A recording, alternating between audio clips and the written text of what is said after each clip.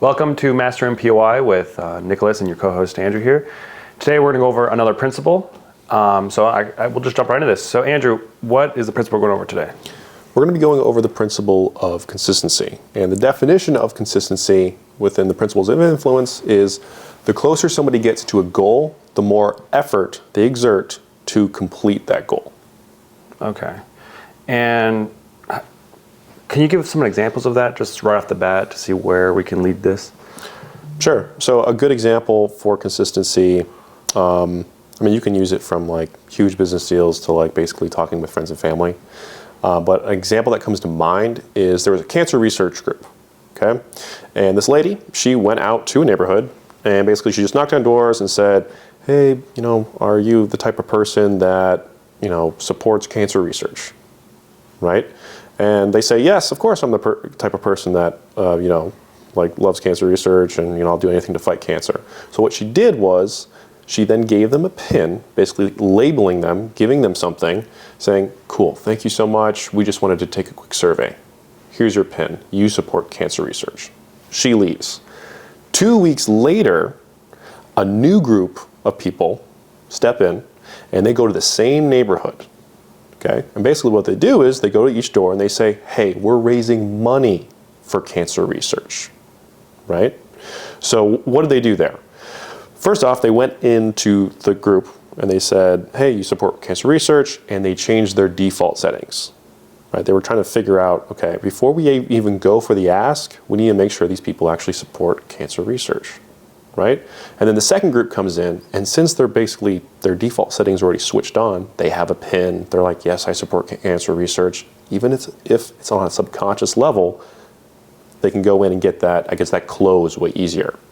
And what are the results you ask from this case study, right? So beforehand, they were, let's just say their base was like $100,000 raised.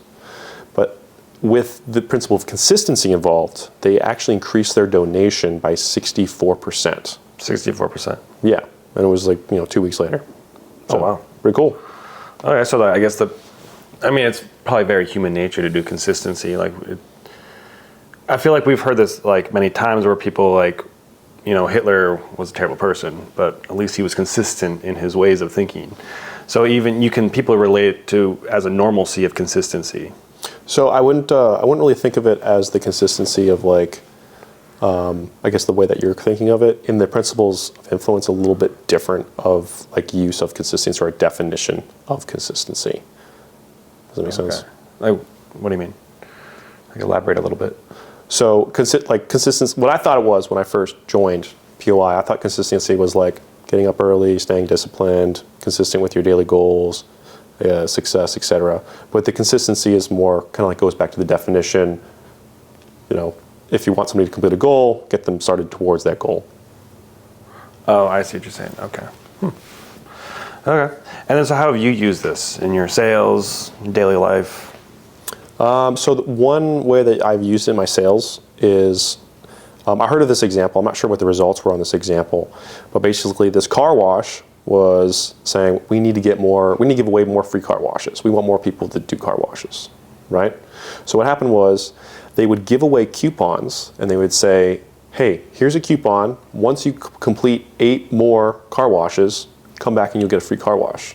But what they did to motivate people was they gave a stamp of 10 and they marked off 2 already. So they're like, you're already 20% of your way to your goal, just get 8 more and we'll give you a free car wash. Okay. Right?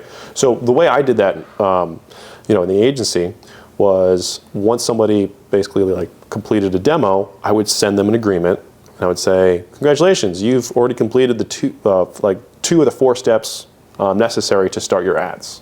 1, you had a conversation with Andrew. 2, you've picked a package. 3, this is pending. You need to complete this agreement. 4 is onboarding. So in their mind, they're already like, oh wow, I'm already 50% of the way there. I might as well put the rest of the effort in there. Complete the process. Oh wow. So what about? That's like super sneaky. Just to kind of not sneaky, but it's like just to kind of shows the power of the consistency of being able to, Are you almost just like guiding them through this, holding their hand, or what is this? Like kind of, like, because you said you're kind of, you got the 2 steps already for your sales, then you got 3 and 4 to maybe another phone call, then sign up for the agreement. Sure. Well, let's look at the other side of things, right? One, I can either say, hey, complete these 2 steps and your ads are running. Or I can send them an email with, hey, you've already completed these 2 steps. You've got 2 more steps to go. So they're going back to the definition, right? The closer somebody gets to a goal, the more effort they put into that goal, right? So they're already halfway there. They're already closer to completing the goal. Oh, okay. Okay. Yeah, I mean, I guess that kind of makes sense. And then, so I got another question here. How can people use this principle for maybe their small business or maybe personal? So for personal life, what you could do is, let's say you wanted to get somebody to go to a party. I use this all the time, actually. We just use it on Anthony, right? So Anthony is a friend of ours, and hopefully he won't see this, but Anthony is a friend of ours, and he never shows up to play, let's say, basketball, right? He never plays basketball. We always invite him, hey, come play basketball, come play basketball. He always flakes, right? So what we did, what would I do? I texted him, I said, hey, did a little bit of hypothetical, because people are more likely to say yes to a hypothetical. Hey, weather's starting to get a little bit warmer. We might want to play some outdoor basketball pretty soon. Are you down? Yes, I'm down. Then what did I do? I took him and I added him to a group chat with you and Joshua. And I said, hey, great news, guys. Anthony is ready to start. He's might be playing basketball with us when the weather gets warmer.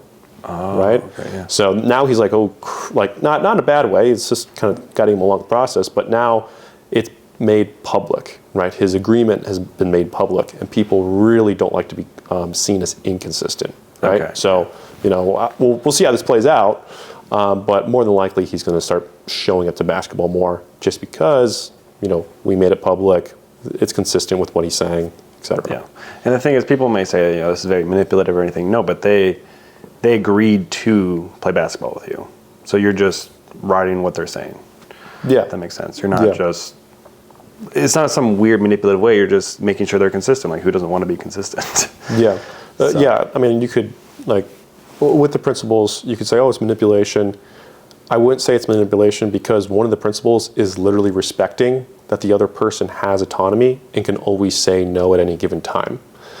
What the principles are, and I'm sure Chris Carney and Robert Cialdini have a different, or maybe they share the views in this, but I would say the principles are there to give you, basically the guide, the best possible chance of closing that deal or having a better interaction. Okay. And then how can, I guess going back to the question I asked before, but how can people use this for business use? I know you gave examples for car washes and stuff, but do you have any other ones, maybe sending out agreements? Because people get all the way to closing someone, but they always have trouble, filling out an agreement. Sure. Or any of the case, so yeah. So what you could do is you could start changing people's default settings. I kind of mentioned this a little bit at the beginning here, but you could change their default settings, right? So you hop on a conversation, you could be like, Nico, you seem like the guy that appreciates honest feedback, right? What did I do? I just went into your iPhone settings, I clicked on, personality types, and I just switched on Nico likes, honest feedback. Right, because it's just a hypothetical. It's like, you seem like the person that likes honest feedback, and they'll either correct you and say, no, I like no, I like to take it the other way, or they're going to agree with you. So you're going to get a good interaction either or. Okay. Huh. I guess it's like a little switch. You're probably, what did you call it before? It's like you're changing their default settings. Okay. Right. Before let's say you're about to call somebody out on something or on someone, or you want the truth told. You could just go to them before the interaction. Before the interaction, you have to change the default settings. What you could do is just say, Nico, you seem like somebody that, no matter how hard it is, would always tell the truth. Okay. And then you're going to say yes. Boom, your default settings are switched. Now I can ask you a tough question. Or now I can be like, hey, did you lie about this? Or did you try to get this done? Okay. Well, that's all we have for the principle of consistency today. If you guys enjoyed this, please share. It's totally up to you. It's free. So, see you guys next time.